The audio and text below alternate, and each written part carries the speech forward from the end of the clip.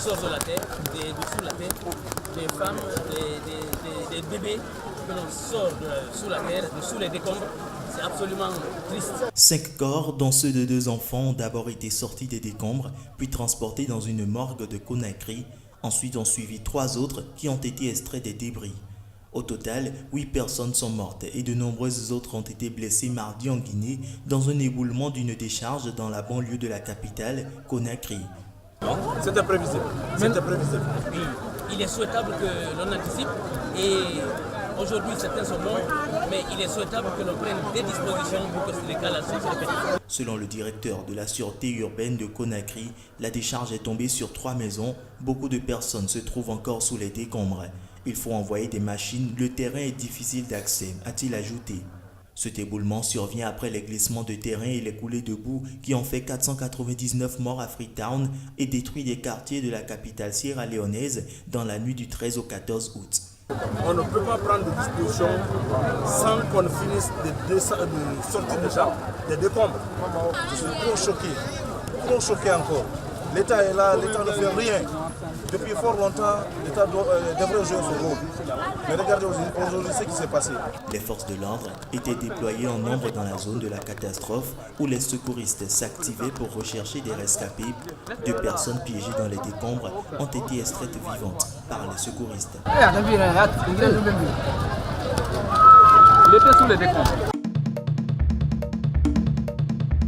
Près de 300 personnes ont manifesté mercredi à Casablanca pour dénoncer l'agression sexuelle collective dont a été victime une jeune femme dans la métropole économique du Maroc. Une vidéo diffusée dimanche sur les réseaux sociaux montre clairement un groupe d'adolescents hilars bousculer violemment une jeune femme en pleurs dans un bus en plein jour, essayant de la déshabiller et touchant ses parties intimes.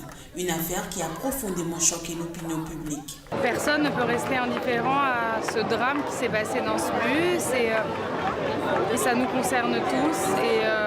Voilà, il se trouve que ce drame a été filmé, donc on a entendu parler, mais je n'ose même pas imaginer le nombre de drames similaires qui se passent peut-être tous les jours dans les bus ou ailleurs dans les lieux publics. Depuis la diffusion de la vidéo, de nombreux médias locaux tirent la sonnette d'alarme sur le harcèlement des femmes dans les rues, avec en toile de fond une crise des valeurs dans une société tiraillée entre modernité et conservatisme. Les 6 agresseurs, tous mineurs, ont été arrêtés. Je me sens concernée parce que j'aurais pu être ces filles, parce que je suis cette fille, quand je marche dans la rue, encore, je suis une maman, je suis une artiste qui est respectée, mais je suis aussi sujette à ce genre d'agression, ne serait-ce que verbale.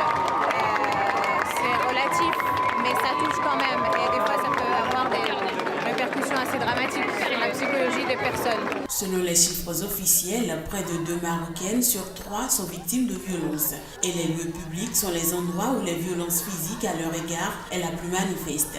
Dans un pays où les femmes n'ont pas l'obligation de porter le voile, ces dernières subissent fréquemment insultes, remarques désobligeantes et autres agressions sexistes dans les espaces publics. La loi marocaine condamne le harcèlement des femmes au travail, mais pas dans les espaces publics. Cependant, un projet de loi complet incluant pour la première fois le harcèlement dans les lieux publics est en cours d'adoption au Parlement, a assuré le ministre d'État chargé des droits de l'homme.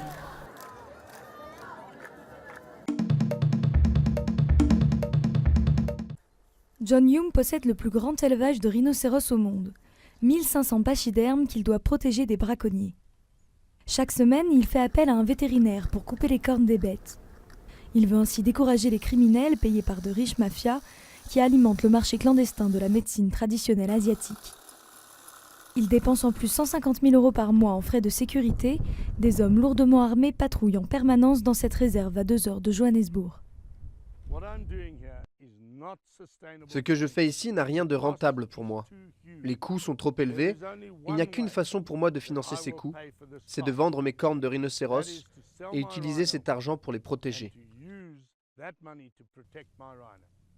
Donc, les gens qui m'empêchent de vendre les cornes et de protéger mes animaux pourraient aussi bien s'allier avec les braconniers parce qu'à terme, ils vont tuer mes rhinocéros. Après une longue bataille judiciaire, John Hume a récemment obtenu l'autorisation de vendre ses cornes de rhinocéros sur le marché sud-africain uniquement. L'éleveur a donc créé un site web de vente aux enchères sur 3 jours, un site disponible en mandarin et en vietnamien. Pour acheter un lot, il faut disposer d'un permis et le gouvernement n'en a toujours pas délivré. Pour John Hume, vendre les cornes légalement est le seul moyen de sauver l'espèce. Mais certains défenseurs de l'environnement voient dans cette nouvelle légalisation une atteinte à la protection des rhinocéros. Tout ce qui intéresse John Hume, c'est l'argent. Il profite des failles de la loi pour élever et vendre des rhinocéros.